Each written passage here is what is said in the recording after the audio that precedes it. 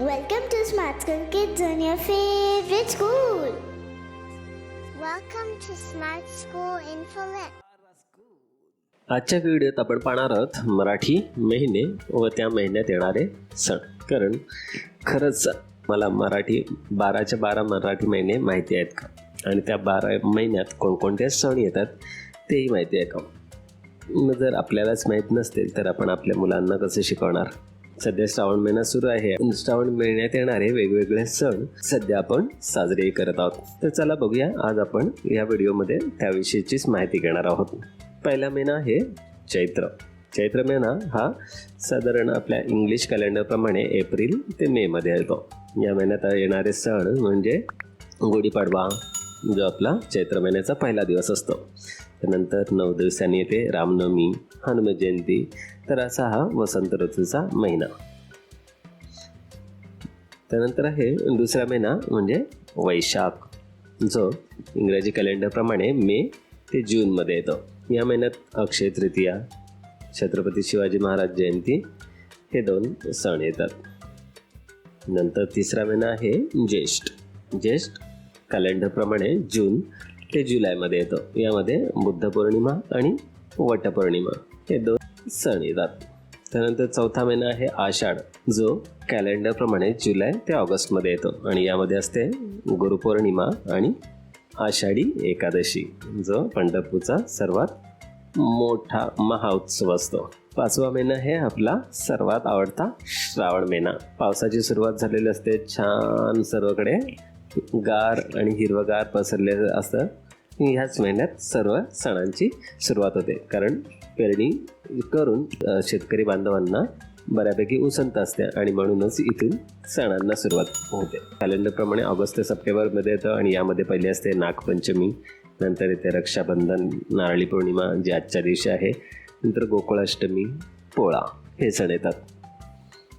मग अशाच प्रकारचे सण सुरू होतात आणि 6वा महिना येतो भाद्रपद, जो सप्टेंबर ते ऑक्टोबर महिन्यात येतो आणि यामध्ये असतात आपल्या सर्वांचे आवडीचे गणपती, गणेश चतुर्थी आणि अनंत चतुर्दशी.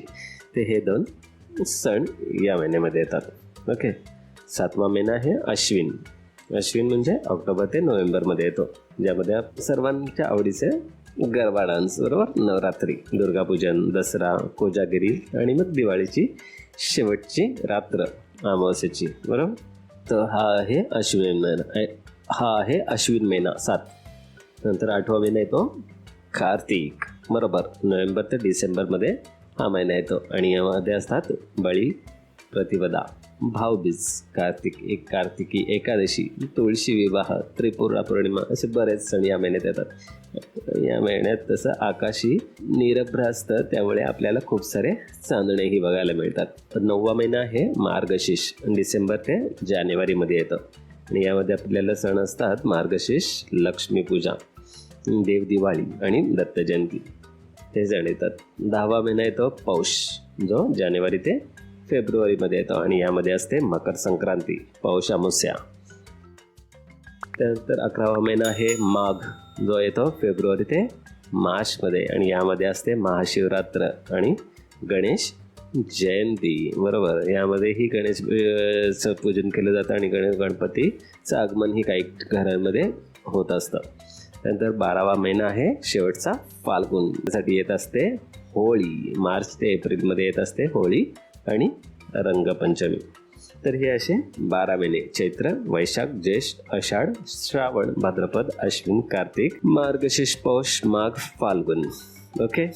तर अशा प्रकारे मराठी महिने इंग्लिश कॅलेंडरप्रमाणे कधी येतात ते आणि त्यामध्ये येणारे सण हे आपण बघितलेले आहेत. ही आमची वेबसाईट आहे smartschool.infolips.com. यावर ही माहिती उपलब्ध आहे. तुम्हाला जाणून घ्यायची असेल तर नक्की जाऊन तिथे अजूनही याविषयीची माहिती घेऊ शकता. अधिक माहिती दिलेली आहे. तसेच या साईटवर आम्ही वेगवेगळ्या प्रकारचे essays, grammar part, Marathi, Hindi, English सर्व काही दिलेलं आहे. मुलांच्या अभ्यासासाठी अतिशय उपयुक्त साईट आहे, त्यामुळे या साईटला नक्की व्हिजिट करा. तर पुन्हा भेटूया एका नव्या व्हिडिओमध्ये नवीन ज्ञानासह. तोपर्यंत बाय बाय. हसा, खेळा आणि मजेत शिका स्मार्ट स्कूल सोबत. बाय.